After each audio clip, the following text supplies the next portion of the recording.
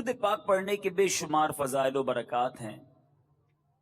ایک بڑا ہی ایمان افروز واقعہ فضائل درود کے بارے میں بڑی پیاری کتاب القول البدی میں ملتا ہے۔ ایک عورت حضرت سیدنا حسن بصری رحمت اللہ تعالی کے پاس آئی اور کہا کہ اے شیخ، میری لڑکی فوت ہو گئی ہے، میں اسے خواب میں دیکھنا چاہتی ہوں۔ حضرت حسن بصری رحمت اللہ تعالی نے فرمایا کہ 4 رکعت نفل اس طرح ادا کرو کہ ہر رکعت میں سورہ فاتحہ ایک مرتبہ اور سورہ تکاثر الہاکم التکاثر، یہ پوری جو سورت ہے یہ ایک مرتبہ پڑھو، اور یہ نماز عشاء کی نماز کے بعد پڑھ کر پہلو کے بل پیارے آقا علیہ الصلوۃ والسلام پر درود پڑھتے ہوئے سو جاؤ یہاں تک کہ تمہیں نیند آ جائے۔ اس عورت نے اپنی مرحوم بیٹی کو خواب میں دیکھنے کے لیے یہی عمل کیا، یہی فارمولہ اپنایا، یہی وظیفہ اپنایا۔ اس عورت نے خواب میں کیا دیکھا؟ ماں اپنی بیٹی کو تکلیف میں نہیں دیکھ سکتی۔ اب اس عورت نے خواب میں دیکھا کہ اس کی بیٹی عذاب میں گرفتار ہے، گندھک کا لباس اس کا پہنا ہوا ہے، ہاتھ بندھے ہوئے ہیں اور پاؤں میں آگ کی زنجیریں ہیں۔ اب جب یہ عورت بیدار ہوئی تو بہت افسردہ، ظاہر ہے ماں اگر اپنی بچی کو عذاب میں دیکھ لے تو کون سی ماں سکون میں ہوگی۔ حضرت حسن بصری رحمت اللہ تعالی کے پاس آئی اور آ کر کہا کہ حضور میری بیٹی تو عذاب میں ہے۔ آپ نے فرمایا کچھ مال صدقہ کرو۔ اب کہتے مال صدقہ کرو، امید ہے کہ اللہ عز و جل اسے معاف فرما دے گا۔ حضرت حسن بصری رحمت اللہ تعالی اسی رات سوئے۔ ایک دن کے بعد آپ آرام کر رہے ہیں، آپ نے عالم خواب میں خود کو جنت کے باغ میں دیکھا۔ ایک خوبصورت تخت پر ایک حسین و جمیل عورت بیٹھی ہوئی تھی، سر پر نور کا تاج سجا ہوا ہے۔ کہنے لگی اے حسن، کیا آپ مجھے نہیں جانتے؟ حضرت حسن بصری رحمت اللہ تعالی نے فرمایا کہ نہیں، میں تو نہیں جانتا۔ تو وہ عورت، وہ خاتون کہتی ہیں کہ میں اسی عورت کی بیٹی ہوں جو کل آپ کے پاس آئی تھی، آپ نے جس کو وظیفہ بتایا تھا۔ حضرت حسن بصری رحمت اللہ تعالی نے فرمایا کہ تمہاری ماں تو بتا رہی تھی تم عذاب میں ہو، تم بڑی تکلیف میں تھی۔ کہا حضور بات تو یہی ہے، میری ماں نے سچ کہا تھا۔ تو آپ نے پوچھا پھر یہ مقام کیسے ملا؟ آج تو جنت کی نعمتیں تمہارے ساتھ۔ اس لڑکی نے کیا کہا؟ بڑی زبردست بات ہے۔ کہتی کہ ہم 70,000 افراد تھے جو عذاب میں مبتلا تھے، مگر ایک نیک آدمی ہمارے قبرستان سے گزرا، اس نے سرکار دو عالم صلی اللہ تعالی علیہ وسلم پر درود پڑھا اور اس کا ثواب ہمیں پہنچایا۔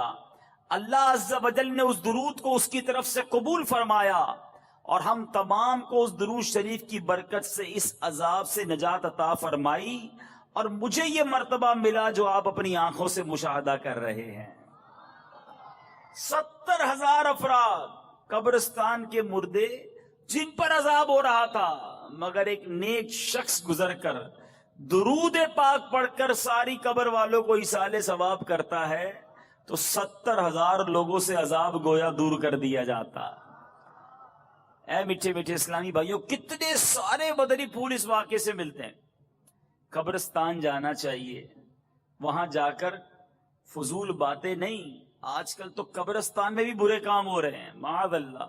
منشیات فروشوں نے، بہت سارے غلط کام کرنے والوں نے قبرستان کا رخ کیا ہے۔ ارے یہ تو عبرت کی جگہ ہے، جہاں کسی کی قبر میں عذاب ہو رہا ہے، کسی کی قبر جنت کا باغ ہے، وہاں جا کر تو آنسو بہانے۔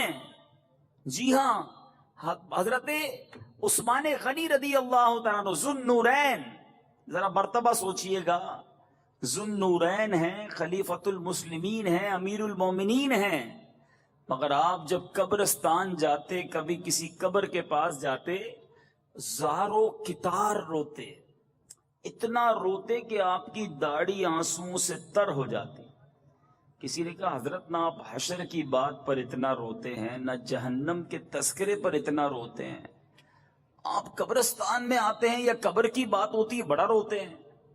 فرمایا بات یہ ہے کہ یہ قبر ہی پہلی منزل ہے، جو اس قبر میں پاس ہو گیا، اس امتحان سے پاس ہو گیا، وہ آگے بھی کامیاب ہو جائے گا۔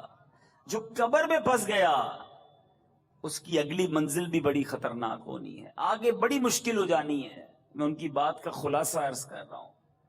تو اب قبرستان جانا ہے عبرت کے لیے، اور وہاں ایصال ثواب کریں۔ اللہ تعالیٰ کس طرح مردوں کو اس کا ثواب پہنچاتا ہے۔ اور پھر ایک اور بات سیکھنے کو ملی کہ ہمیشہ جب بھی کوئی نیک عمل کرے نا اور دعا کریں یا ایصال ثواب کریں تو فقط اپنے رشتہ داروں کو نہیں بلکہ سرکار علیہ الصلوۃ والسلام کی ساری امت کو ایصال کریں۔ نہ جانے کس کی آمین، کس کی دعا کے صدقے کس کی قبر سے عذاب کو دور کر دیا جائے۔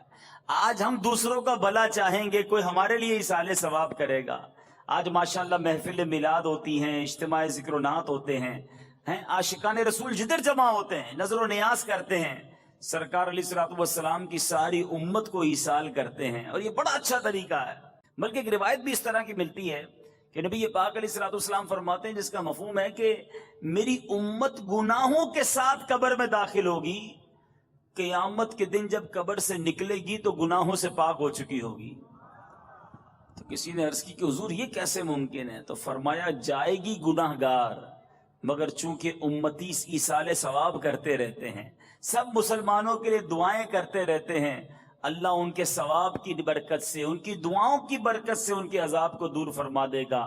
تو ہمیں بھی دوسروں کا خیال کرنا چاہیے، سارے مسلمانوں کے لیے ہمیشہ دعا کرنی چاہیے، ایصال ثواب کرنا چاہیے۔ اور ساتھ ساتھ اس واقعے سے جو سیکھنے کو ملا کہ درود پاک کی کتنی برکت ہے۔ اللہ، ایک درود پاک پڑھ کر 70,000 مردوں کو ایصال ثواب کیا، اللہ کریم نے ان مردوں سے عذاب کو دور کر دیا، تو خود درود پاک پڑھنے والے کو کیا کیا مل رہا ہوگا۔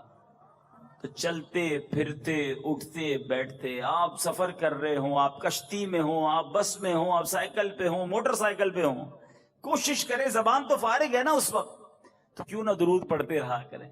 جتنا درود پڑھیں گے اتنی برکتیں ملتی چلی جائیں گی۔ کئی مکانات کی تعمیرات کا کام پورا ہو گیا ہوتا ہے، مگر ساتھ ہی ان کے مالکان کی زندگی کا وقت بھی پورا ہو چکا ہوتا ہے۔ یہ 4 باتیں ذرا غور کیجئے۔ فرمایا کہ بہت سے کفن دھل کر تیار رکھے ہوتے ہیں۔ مثال دے رہا ہوں، اگر کسی کفن کی والے کی دکان ہے اس وقت، آج اس نے کچھ کفن تیار کیے ہیں، اس کو کٹنگ کی ہے، اس کو دھو کر تیار کیا ہے، جس کا کفن تیار کیا ہے وہ تو اس وقت زندہ ہے نا، ہو سکتا ہے ہم میں سے ہی کسی کا کفن وہ تیار کر رہا ہو، کیونکہ انتقال ہوتے ہی پہلی ضرورت کفن کی پڑتی ہے۔ کفن پہلے تیار ہوتا ہے، بندہ اس وقت زندہ ہوتا ہے۔ تو کتنی چوٹ کرنے والی بات ہے کہ بہت سے کفن دھل کر تیار ہوتے ہیں، مگر کفن جن کو پہننا ہے وہ بازاروں میں گھوم رہے ہوتے ہیں، بے فکر گناہوں کے کاموں میں لگے ہوتے ہیں۔ فرمایا کافی لوگ ایسے ہوتے ہیں جن کی قبریں خودی بھی تیار ہوتی ہیں۔ آپ ابھی قبرستان چلے جائیں، ہو سکتا ہے گورکن قبر کھود رہا ہوگا، جس کی قبر کھود رہی ہے وہ تو زندہ ہے نا، ابھی تھوڑی دیر بعد کسی کا انتقال ہوگا اور اس قبر میں اس نے آنا ہے۔ تو گویا زندہ انسان گھوم رہا ہوتا ہے، بدمست ہوتا ہے، خوشیوں میں ہوتا ہے، اور اس کی قبر کھود رہی ہوتی ہے۔ ہو سکتا ہے ہم میں سے کسی کی قبر آج کھود دی گئی ہو، اچانک بندے کو لے کر چلی جاتی ہے، اور ساری پلاننگ، سارے ارادے، ساری باتیں وہی کی وہیں رہ جاتی ہیں۔ بڑی پلان کرتے ہیں ہم، یار اگلے مہینے یہ کرنا ہے، 1 سال بعد یہ کروں گا، 5 سال بعد یہ میں نے کرنا ہے، پھر میں نے گھر بنانا ہے، پھر ابراہیم حیدری سے جناب کسی اور علاقے میں ٹرانسفر ہو جاؤں گا۔ بہت ساری پلاننگز ہیں۔ ہے کوئی آپ میں سے جو اپنے سر کے بال کاؤنٹ کر سکے؟ ہم تو اپنے سر کے بال بھی نہیں گن سکتے نا، ایک بکری کے بال نہیں گن سکتے، مگر آقا فرماتے قبیلہ بنی کلب کی بکریوں کے بالوں کی تعداد کے مطابق، یعنی سب سے زیادہ جو بکریاں قبیلہ پالا کرتا تھا نا، اس قبیلے کی بکریوں کے بالوں کی تعداد کے مطابق اللہ تعالیٰ جہنم سے لوگوں کو آزاد کر دے گا، بے شمار بخشے جائیں گے۔ مگر روایتوں میں آتا ہے کہ 6 آدمیوں کی اس رات بھی بخشش نہیں ہوگی۔ اب ذرا غور کیجئے گا میٹھے اسلامی بھائیوں، کہ یعنی اتنے کروڑ لوگ بخشے جائیں گے، وہ کتنا بڑا بدنصیب ہوگا نمبر 1، ان 6 قسم کے لوگوں میں کہیں میرا نام تو نہیں، آج مجھے اور آپ کو یہ غور کرنا ہے۔ نمبر 1، میرے آقا فرماتے شراب کا عادی۔ نمبر 2، ماں باپ کا نافرمان۔ نمبر 3، زنا بدکاری کا عادی۔ نمبر 4، قطع تعلق کرنے والا، آج چھوٹی چھوٹی بات پر رشتہ داریاں توڑ دیتے ہیں، دوستی ختم، کاروبار ختم، آنا جانا ختم، نہیں جناب ہم نہیں جائیں گے ان کے یہاں۔ سنو، اگر کوئی شرعی مجبوری نہیں ہے اور کسی سے قطع تعلق کیا ہے، شب برات قطع تعلق کرنے والا نہیں بخشا جائے گا۔ ایک روایت میں ذکر ہے کہ چغل خور نہیں بخشا جائے گا۔ ایک اور روایت میں ملتا ہے تکبر کرنے والا نہیں بخشا جائے گا۔ تکبر کے ذریعے اپنے کپڑوں کو پجاموں کو ٹخنوں سے نیچے لٹکانے والا وہ نہیں بخشا جائے گا۔ تصویر بنانے والے کے بارے میں بھی آیا کہ وہ بھی نہیں بخشا جائے گا۔ یہاں تصویر سے مراد جو دارالافتاء کا ایک فتویٰ ہے وہ بھی عرض کر دیتا ہوں کہ تصویر جو لوگ ہاتھ سے بناتے ہیں، یہ تصویریں کھینچ کر پرنٹ کر کے جو گھروں میں لگاتے ہیں، یہ نہ کیا کریں۔ جب تک آپ کے کمپیوٹر میں، آپ کے کیمرے میں، آپ کے موبائل میں پکچر ہے، جب تک تو ٹھیک ہے، اس کو پرنٹ نہ نکالیں، اس کی شرعاً اجازت نہیں ہے۔ بہرحال میں باری باری ان تمام چیزوں پر بات کرتا ہوں۔ سب سے پہلے شرابی، یہ نہیں بخشا جائے گا۔ آپ ذرا غور کریں کہ یہ گناہ کتنا بڑا ہے کہ اللہ تبارک و تعالی جہاں کروڑ لوگوں کی بخشش فرمائے گا، وہاں شرابی کو نہیں بخشا جائے گا۔ آج ہماری شادیوں میں، آج ہماری پارٹیز میں، آج اس طرح سنا ہے شراب پی جاتی ہے کہ جس طرح کولڈ ڈرنک استعمال کی جاتی ہے۔ آج گلی گلی میں شراب کھانے کھل گئے۔ آج مسلمانوں کو نہ جانے کیا ہو گیا کہ اللہ کا خوف نہیں ہے۔ میٹھے میٹھے اسلامی بھائیوں، سیدنا عثمان غنی رضی اللہ تعالیٰ عنہ نے ایک دن خطبہ دیتے ہوئے ارشاد فرمایا کہ میں نے نبی پاک علیہ الصلوۃ والسلام کو یہ فرماتے ہوئے سنا ہے کہ برائیوں کی ماں، ذرا غور کیجئے نبی پاک کیا کہہ رہے ہیں، برائیوں کی ماں یعنی شراب سے بچو۔ مدر آف ایول کہا، سب سے بڑھ کر گویا برائی ہے، برائیوں کی جڑ ہے۔ اور نبی پاک نے پھر ایک واقعہ بیان کیا، فرماتے کیونکہ تم سے پہلے ایک شخص تھا جو لوگوں سے الگ تھلگ رہ کر اللہ عز و جل کی عبادت کیا کرتا تھا۔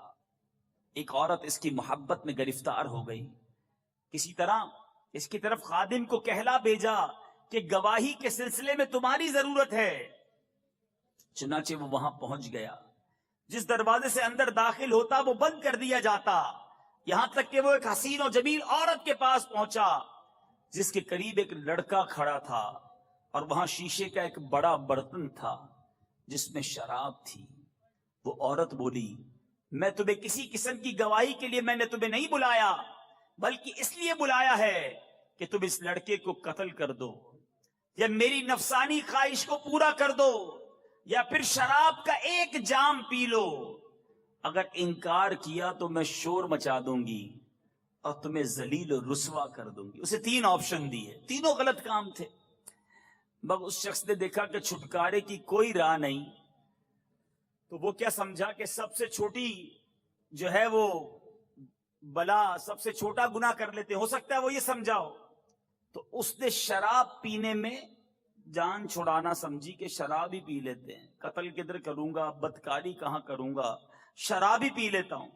خلاصہ حدیث عرض کر رہا ہوں، عورت نے شراب کا ایک جام پلایا، اس کو شراب کا نشہ چڑھ گیا اور پینے لگا، شراب پیتا رہا، یہاں تک کہ شراب کے نشے میں اس نے اس عورت کے ساتھ منہ کالا بھی کیا اور اس بچے کو بھی قتل کر دیا۔ نبی پاک علیہ الصلوۃ والسلام نے واقعہ سنانے کے بعد فرمایا، پس تم شراب سے بچتے رہو، اللہ عز و جل کی قسم، بے شک ایمان اور شراب نوشی دونوں کسی ایک ہی شخص کے سینے میں کبھی جمع نہیں ہو سکتے۔ اگر کوئی ایسا کرے گا تو ایمان اور شراب میں سے ایک دوسرے کو باہر نکال دے گا۔ غور کیجئے، گویا شراب پیتا ہے تو ایمان نکل جائے گا، ایمان ہے تو شراب نہیں جا سکتی۔ ایسا کیسا مسلمان ہے؟ جو مسلمان کہلانے کے باوجود شراب پیتا ہے. میٹھے میٹھے اسلامی بھائیوں، اللہ کے نیک بندوں سے پہلے کے لوگ کیسے ڈرتے بھی تھے اور اللہ ان کی توبہ بھی کیسے قبول فرماتا تھا. ایک بار امیر المومنین سیدنا عمر فاروق رضی اللہ تعالیٰ عنہ مدینہ منورہ کی ایک گلی سے گزر رہے تھے. آپ نے ایک نوجوان کو دیکھا جس نے کپڑوں کے نیچے ایک بوتل چھپا رکھی تھی. غور سے سنیے گا. آپ نے پوچھا، نوجوان یہ کپڑوں کے نیچے کیا چھپا رکھا ہے؟ اس نوجوان کو بوتل میں تو شراب تھی. اب نوجوان شرمندہ ہو گیا کہ امیر المومنین کو کیسے بتائے کہ میرے پاس شراب ہے. چنانچہ اس نے فوراً دل ہی دل میں دعا کی کہ یا اللہ مجھے حضرت عمر فاروق کے سامنے آج رسوا نہ ہونے دینا، مجھے رسوا نہ فرما، شرمندہ ہونے سے بچا لے. آج میری پردہ پوشی کر لے، آج کے بعد مولا کبھی شراب نہیں پیوں گا. سچے دل سے توبہ کی، شراب کی بوتل ہاتھ میں ہے، چھپائی ہوئی ہے. اس کے بعد نوجوان نے حضرت عمر سے کہا، امیر المومنین یہ تو سرکے کی بوتل ہے. توبہ کر لی پہلے، زبان سے کچھ نہیں کہا. دیکھو اللہ سے کنیکشن کس کو کہتے ہیں. کچھ نہ کرے بندہ، بس سچے دل سے پکار لے، سچے دل سے توبہ کر لے. کہتا حضور یہ تو سرکہ ہے. امیر المومنین فرماتے ہیں اچھا مجھے پھر بوتل دکھا دو. اب تو بڑا گڑبڑ ہو گئی، اس کو پتہ شراب ہے. امیر المومنین نے کہا مجھے بوتل دکھاؤ. ڈرتے ڈرتے جب وہ بوتل اس نے آگے کی، سیدنا فاروق اعظم نے جب اس بوتل کو دیکھا تو واقعی اس میں سرکہ موجود تھا. اللہ کی رحمت تو دیکھو. بس بندہ سچے دل سے اسے پکارے، اس کی رحمت کو پکارے، وہ دنیا میں بھی عیبوں پہ پردہ ڈالتا ہے. انشاءاللہ اپنے کرم سے آخرت میں بھی عیبوں پہ پردہ ڈال دے گا. لیکن بندہ اس سے دوستی تو کرے نا، اس کی بارگاہ میں سر تو جھکائے. تو اے میرے میٹھے میٹھے اسلامی بھائیوں اور مدنی چینل کے ناظرین، ذرا غور کیجئے. میرے وہ اسلامی بھائی، میرے وہ مسلمان بھائی جو یہاں موجود ہیں یا مجھے بعد میں یہ سلسلہ سنیں، آپ سب سے گزارش کر رہا ہوں کہ نہ کرو. یہ بہت برا کام، جہنم میں لے جانے والا کام. میں اس شراب پینے والے سے ایک سوال کرنا چاہتا ہوں کہ کیا تم یہ تو جانتے ہو کہ مرنا ہے؟ کوئی دنیا میں ایسا مسلمان ہے جو یہ تمنا رکھتا ہے کہ میں شراب کے نشے میں مر جاؤں؟ کوئی نہیں چاہے گا. ارے اگر شراب پی رہے ہوگے اس وقت موت آ گئی تو موت تو کسی وقت بھی آ سکتی ہے نا. شراب پی کر نشے میں مر گئے، اب اللہ کو کیا منہ دکھاؤ گے؟ اور روایتوں میں آتا ہے بندہ جس حال میں مرے گا اسی حال میں اٹھایا جائے گا. تو جو نشے میں مرا وہ اٹھایا کس حال میں جائے گا؟ تو غور کیجیے ایسی موت کتنی بری ہوگی. تو ایسا نہ کرو. کوئی ٹائم نہیں ملنا کہ بھائی شراب پینے والے کو پہلے کوئی آ کر بتائے گا شراب چھوڑ دو، نشہ اتار لو، پھر تمہاری روح قبض کی جائے گی. اچانک روح قبض کر لی جاتی ہے. میٹھے میٹھے اسلامی بھائیو، یہاں ایک اور بڑا عجیب ٹرینڈ چل گیا ہے کہ آج دعوتوں میں، عجیب و غریب محفلوں میں، نجی دعوتوں میں، پارٹیز میں، شادی میں شراب کے دور چلتے ہیں. اب سنا ہے کولڈ ڈرنک کی جگہ شراب پلائی جاتی ہے. معاذ اللہ، مسلم ملکوں کا یہ حال ہے.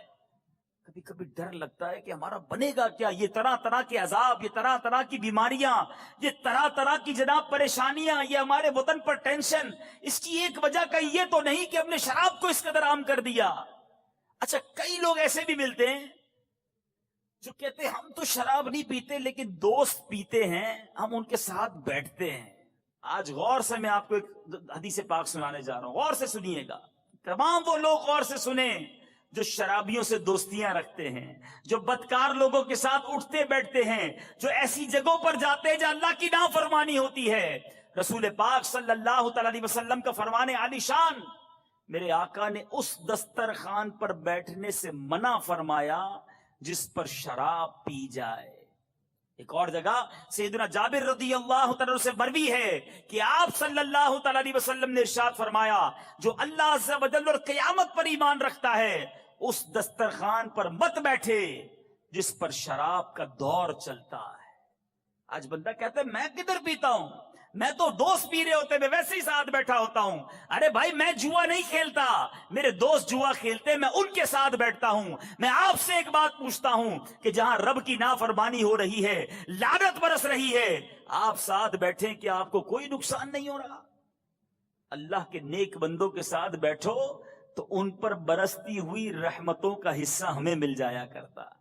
یہ جو برے لوگ ہیں نا, ان کی صحبت کیسی ہے؟ آپ میں سے سبھی کبھی نہ کبھی عطر والے کے پاس, کسی پرفیوم والے کے پاس گئے ہوں گے. کہتے سودا چاہے پیسے سے لے نہ لیں, لیکن کچھ نہ کچھ خوشبو پھر بھی مل جاتی ہے. یا تو سونگنے کو مل جاتی ہے یا ٹیسٹ لگا دیتا ہے وہ. ہم گھر جا کے بھی سونگ رہے ہوتے ہیں, یار بڑا اچھا عطر دکھایا تھا. فائدہ ہی فائدہ ہے, نقصان نہیں. بھلے بندے کی صحبت میں کوئی نقصان نہیں, کچھ نہ کیا تو ساتھ بیٹھنے کی برکتیں مل جانی ہیں. اور برے بندے دی صحبت یاروں, جویں دکان لوہاراں, کپڑے پاوے کنج کنج پئیے, چنگا پین ہزاراں. وہ کہتا ہے برے بندے کی صحبت ایسی ہے جیسے لوہار کی دکان ہے. آپ کبھی لوہار کی بھٹی پہ جائیں, جب آگ جل رہی ہوتی ہے, چنگاریاں نکل رہی ہوتی ہیں, وہ لوہے کو کوٹ رہا ہوتا ہے. کہتا ہے کپڑے کتنے ہی بچا لو, چنگا پین ہزاراں. کہتا ہے کچھ نہ کچھ چنگاریاں جو ہیں وہ کپڑے میں سوراخ کر ہی دیتی ہیں, نقصان ہو ہی جاتا ہے. تو برے لوگوں کے ساتھ نہ بیٹھو. اگر غلط کام نہیں کرتے تو کیوں بیٹھتے ہو ان کے ساتھ؟ کہیں ان کی صحبت تمہیں بھی برا نہ کر دے. اب یہاں وہ لوگ بھی درس حاصل کریں جو ایسے ریسٹورنٹ میں جاتے ہیں. بیرون ملک میں مجھے ایسے ناظرین سن رہے ہوں گے جہاں شراب سرو کی جاتی ہے, جہاں ہمارے برابر میں لوگ بیٹھ کے شراب پی رہے ہوتے ہیں.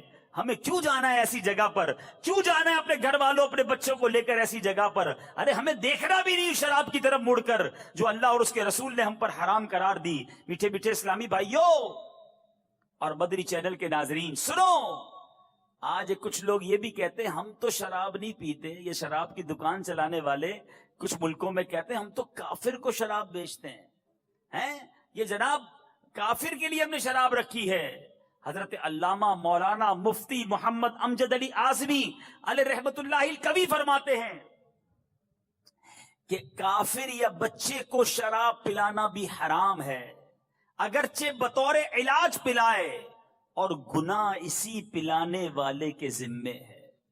مجھے تو کبھی کبھی سمجھ نہیں آتی, اللہ کرے میں جو آج بیان کرنے جا رہا ہوں کوئی ایسا مجھے سن لے جس کے دل پر یہ چوٹ لگ جائے, جو ایئر لائن میں کام کرتے ہیں, مسلمان ہوتے ہیں مگر شراب سرو کر رہے ہوتے ہیں. ارے تف ہے ایسی روزی پر جو تمہیں حرام کی طرف, اللہ کے عذاب کی طرف لے جا رہی ہے, اور تم مسکرا مسکرا کر لوگوں کو شراب پیش کر رہے ہو. توبہ توبہ توبہ.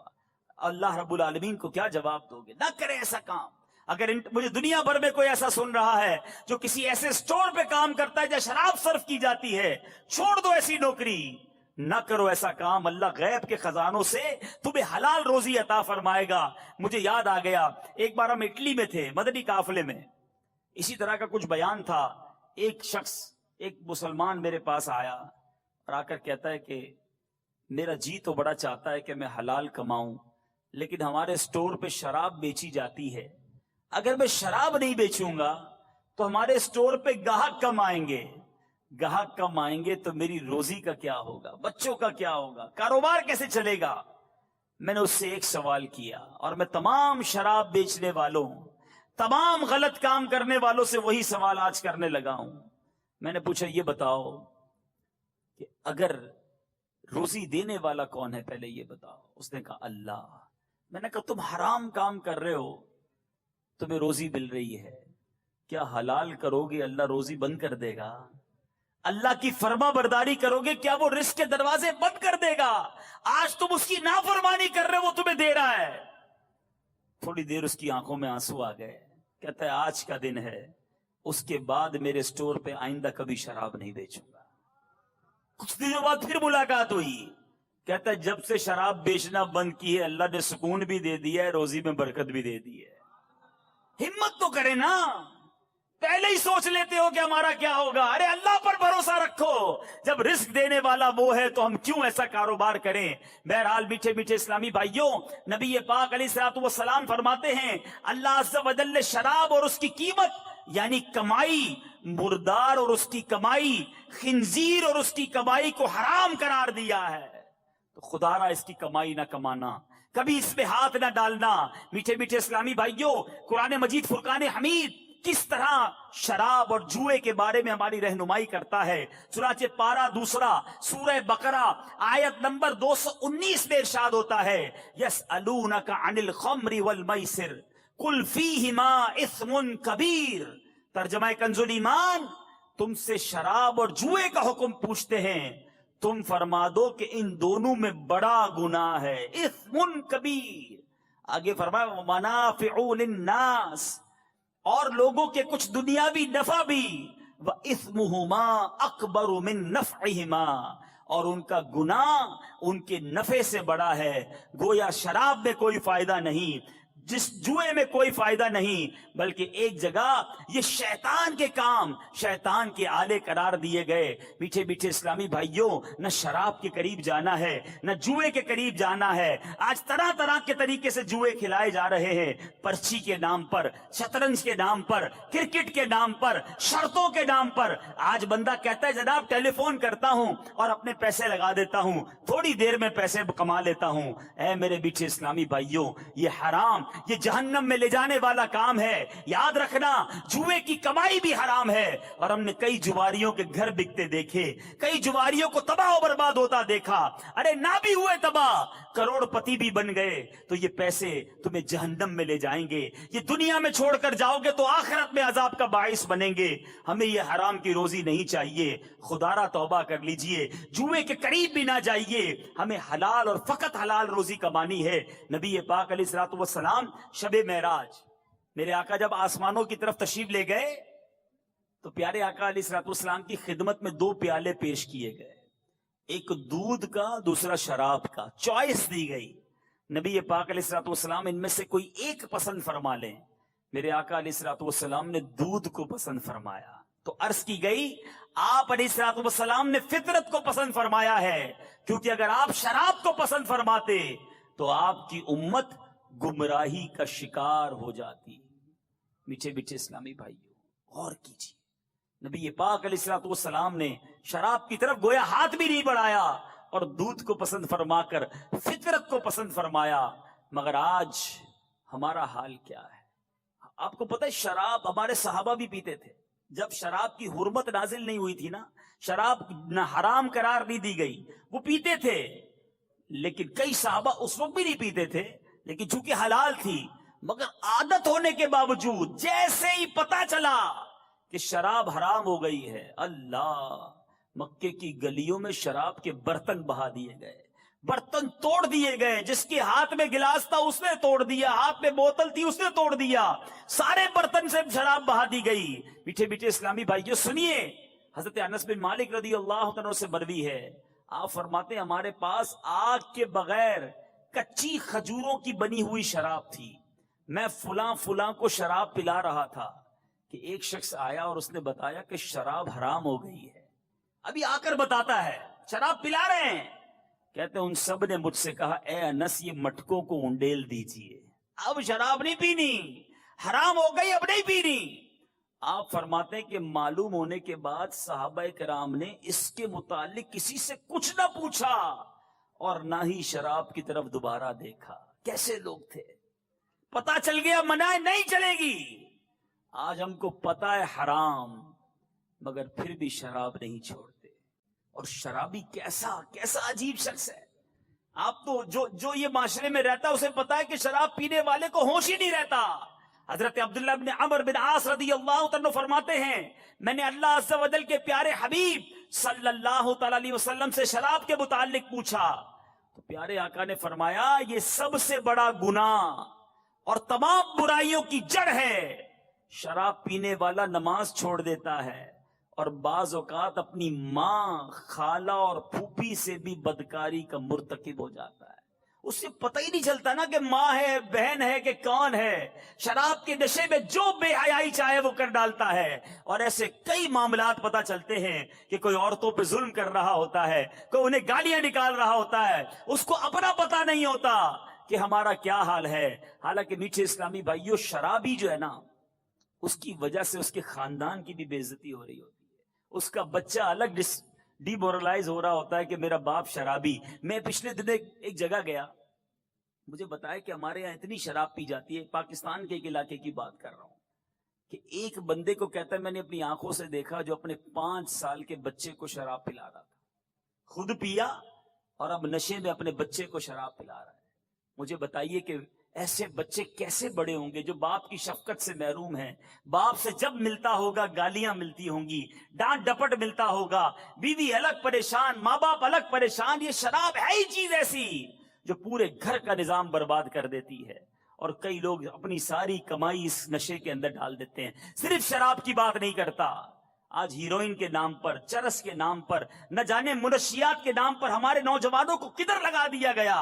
صحت الگ برباد ہو گئی اور جہنم میں جانے والا کام الگ ہو رہا ہے۔ خدارا آج آئے ہو اس اجتماع میں آپ کے آگے ہاتھ جوڑتا ہوں، اللہ کے واسطے چھوڑ دو، میں آپ کو بتاتا ہوں میرے رب کی جنت کیسی ہے۔ شراب پینی ہے نا، تھوڑا صبر کر لو، اللہ نے جنتیوں کے لیے جنتی شراب تیار کر رکھی ہے۔